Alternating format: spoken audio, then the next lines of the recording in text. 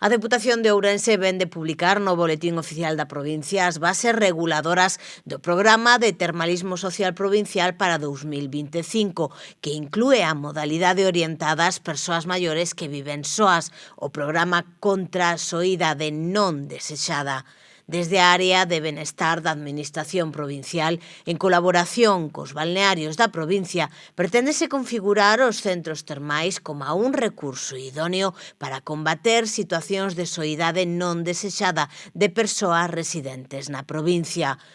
O programa, que se iniciou no ano 2023 e consolidouse durante o 24, iniciará agora o seu terceiro ano en funcionamento e vailles permitir ás persoas que participen nel acceder todas as semanas a un balneario para recibir terapias que se recibirán en grupos e durante un período dun mínimo de 6 meses e un máximo de 9. O programa inclúe o acceso a servizos termais que se complementarán con actividades grupais de diferente natureza que aunen a experiencia social cos beneficios da auga minero-medicinal.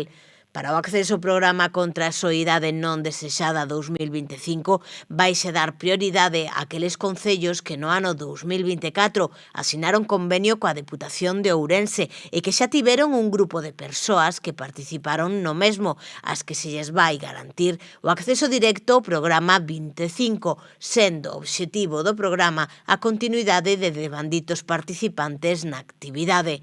A Organización Mundial da Saúde xa declarou a soidade non desexada como un problema de saúde pública debido aos seus efectos sobre a saúde das persoas que non só se engloban no aspecto mental como a depresión, tamén no físico, xa que pode provocar perda de mobilidade, enfermidades cardiovasculares e mesmo mortalidade temperá.